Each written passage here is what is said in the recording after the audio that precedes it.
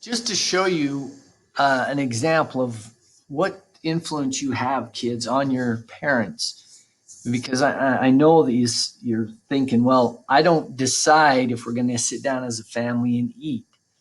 Although when you become a parent, I hope you'll remember this, that if you get your family and sit down and have one meal a day and with the TV off and the media off, your teenage kids are going to be less likely to use alcohol.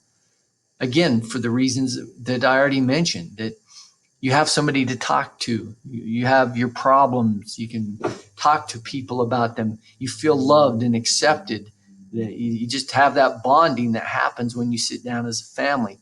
But just a quick story. When my kids were young, as a father, I didn't always have us doing everything that we should be doing. And I remember a couple of different occasions when my kids were really young saying, Dad, we should be doing this. And I thought to myself, wow, I'm not a very good parent.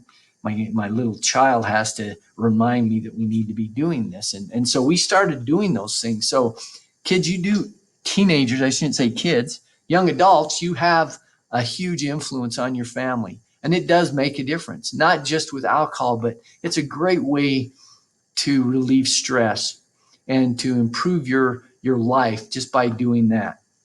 Now, this last one, you're going to laugh at, I hope, when you read this, but it's 100% true, is work daily to improve your self-esteem.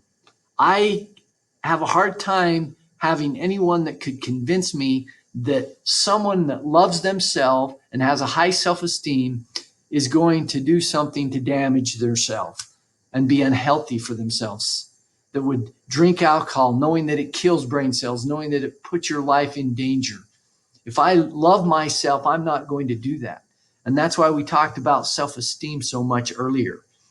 Because if I have the better my self-esteem is, the better decisions I'm going to make to benefit my health and to make me a healthier and happier person. But I do love this little cartoon here. I hope it made you smile. When you feel that nobody loves you, nobody cares for you, everyone is ignoring you, and people are jealous of you, you should really ask yourself, am I too sexy? There you go. It's all about what you think. It's not what other people think. And hopefully you remember to give yourself positive comments on a regular basis. And hopefully you're looking for ways to do kind things for other people, especially during this time in our country's history and in our world history with what's going on. But continually work on that self-esteem. Give yourself the best chance to not drink alcohol by having the highest self-esteem you possibly can. Now, that's the end of today's presentation. Tomorrow we will have a quiz. So go through the notes that you've taken, or go through these presentations that we've had so far on alcohol. And remember, you can always take these quizzes twice. Some of you on these past couple of quizzes that haven't done exceptionally well haven't got on and retaken it, and some of you have. But I would highly recommend that you do retake it.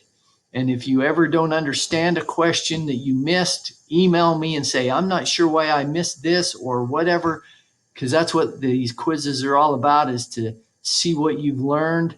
But if you don't understand something, please email me. And have a great day, and say no to alcohol and yes to being a good friend.